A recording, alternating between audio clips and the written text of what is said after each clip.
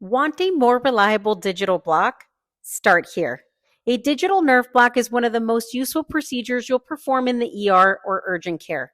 Let's review the anatomy, proper needle placement, and how to perform it step by step.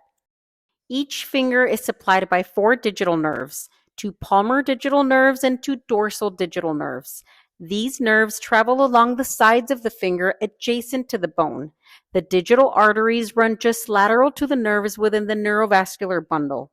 Keeping your needle close to the bone helps you stay next to the digital nerve while reducing the chance of puncturing the digital artery. Our goal is to deposit the anesthetic next to the digital nerves. I insert the needle on the dorsal aspect of the finger, just lateral to the bone, and advance it towards the palmar side. As I advance the needle, I look for subtle tenting of the skin on the palmar aspect. Seeing that tenting tells me the needle tip has reached the correct tissue plane, and I make sure I stop advancing before the needle punctures through the skin. If you're finding this video helpful, like and subscribe. It helps me keep creating videos like this. Before injecting, always aspirate. If there's no blood return, slowly inject about 1 ml of anesthetic. As I slowly withdraw the needle, I inject another 1 ml along the needle track.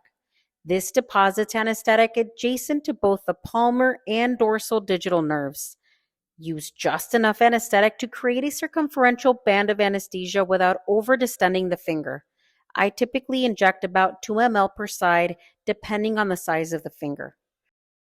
For children or smaller fingers, reduce the volume accordingly and repeat the same technique on the opposite side of the finger. I typically use bupivacaine when I want longer lasting anesthesia or 2% when a shorter duration is appropriate. By depositing anesthetic next to the digital nerves, you block sensation to the entire finger. Proper needle placement is more important than simply using a larger volume of anesthetic. Understanding the anatomy makes digital blocks more reliable and more comfortable for your patients. Thank you for watching. See you next time.